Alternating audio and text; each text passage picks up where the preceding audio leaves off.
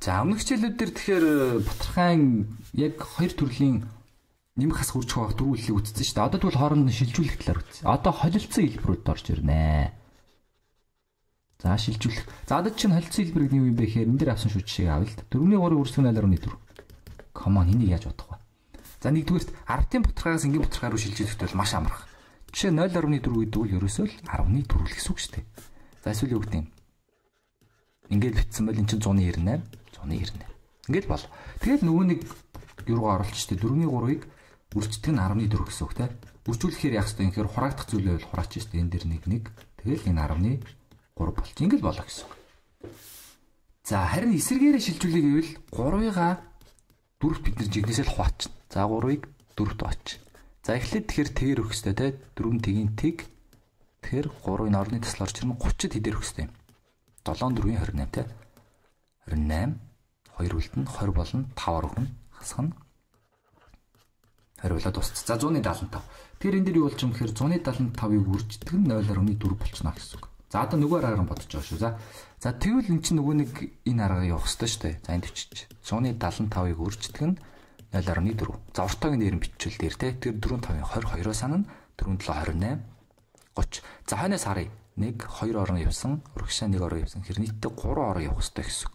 Одгийн орны таслал энэ дэр нь. Тэгэхээр эн чинь 0.3 болж. Тэгээ хойдлын тэгүүд чинь байхгүй те адилхан шүү дээ. 0.3. Энэ хоёр ч адилхан тохирч шүү дээ. За тэгэхээр шилжүүлэхдээ ерөөсөө энэ гэсэн үг. Гэсэн маш товч ирчих шууллаа. Дэвлэл дээр асуулт бичээрэй. Ямар ч байсан тийм хэцүү биш юм. Бүгд дээр ямар ч эхлээд арах хүнцэн тийм ямар хэцүү юм бэ гэж бодож болох гэсэн үг.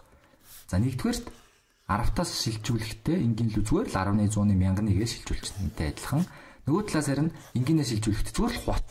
За энэ бол маш амархан жишээ авсан шүү. За бас хэцүү жишээнүүд байж болно. Одоо юу гэдэг 557-ны 385 ч юм уу. Тийм жишээнүүд байж болно. Гэхдээ яг л дүрмүүд ялгаагүй. Ингээл хуваагаал бүл хэсэг гарвал бичил авчих гэсэн. За тэгээ айл алигээр нь бодсон ч гэсэн адилхан хариу гарч байгаа. Гэхдээ баг энэ тохиолдолд бол энүүгээр бодвол илүү амархан байна гэсэн үг. За тэгээ нэмэх хасах үйлдэлүүд бүгдээрч нэг жишээ авч заяа. За одоо тэгвэл үрж хуваах бол амархан юм биш үү? Хуваах ч гэсэн яг санийхтай адилхан гэсэн. За одоо тэгвэл 5-ны дөрөв дээр нэмэх нь 0.3. За ийм тог яах ёстой вэ гэхээр аллийн ч аль руу шилжүүлж байна. За энгийн Батархаа руу шилжүүлчихтөө. Тэгэх юм бол 5-ны 4 дээр нэмэх нь 10.3 те. Ижил өргөчий. Тэгэхээр 5-ыг 5 2 гэж задлчлаа. 2 нийшээ ороод ирнэ. Нийшээ 1 орж ирэх юм байна. Нийтдээ 10 суурьтай 8 дээр нэмэх нь 10 суурьтай 3. Ижлэхийн 2-тай болсон чинь хооронд нь нэмчээ. 8 дээр 3-ыг нэмээд 11. Энэ чинь энгийн Батархаа засаа биччихвэл нэг бүхэл 11 болно л гэсэн үг.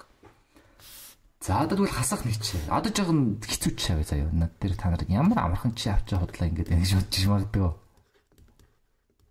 За энэ чи орж ирнэ гэж бод. За тэгвэл ахаал бүгдээрээ энгийн Батархаа руу шилжүүлсэн маш амархан санагч. Тэгэхгүй нөгөөх нь бол бас ярихтай байх нэ. 139. За гэхдээ эн чинь харилцан анхны тоолоо авчихсан шүү. 99 биш ээ нэгт байх хэвээр. Яагаад би барьжлаа. What? Нэгт хуваагаад 99, нэгт хуваагаад 100 те. Ижил өрөхийн тулд энэ дээр 100 нэрээд энэ дээр 99 нэрхээсээр аргагүй боллоо. Тэгэхээр 700 хуваах нь 99-ийг 100 өрчгээр 9900. 9900-ны 700 дээр нэмэх нь 9900-ны за 9939-ээр үрчөө энд үрчээ. Цэжээрээ үрчиж чадахгүй шүү дээ. 9981 8-аас сан 9981 89 327 2-оос сан 3927 дээр 2-ыг нэмээ 29 хооронд нэмэх хэвээр 1 16 нэгийн төвшүүлээд 18 3861 ийм л таарч. За нийтдээ адилхан хуваартай болсон ч хооронд нэмчихнэ гэсэн үг. За ихэл энэ үйлдэлийг багш нь бичиж үзүүлье. 700 явж байгаа шүү дээ. 1 6 15 нэгэн төвшүүлээд юм. Тэгэхээр 9900-ны 4561. Тэр ингээл гараад ирнэ гэсэн. Тэгэхээр ямар ч хэцүү ерөөдөө болж болно гэсэн цаашаа жоо наривчлагдвал. За энэ дээр ахин нэг чи үлдээч. Бүгд хуваахыг хар. Хуваах бол нэлээ ярихтэй заяа. За эхлээ амархан чи аав. 3-2-ыг хуваах нь 175. За ингүүл яах ёстой вэ гэхээр 3-2-ыг хуваах нь 175 болгочихъя. За тэгээд хуваахтай баримтлал өөрчих ёстой шүү дээ. 3-2-ыг өөрчдөг нь 75-ны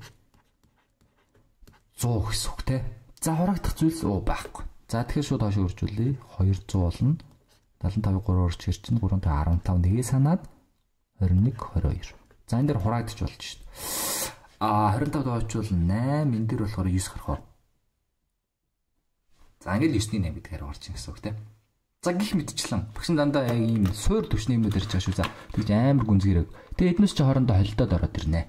Тэгэнгүүт ямар ч байсан энэ аргуудыг ашиглаарай.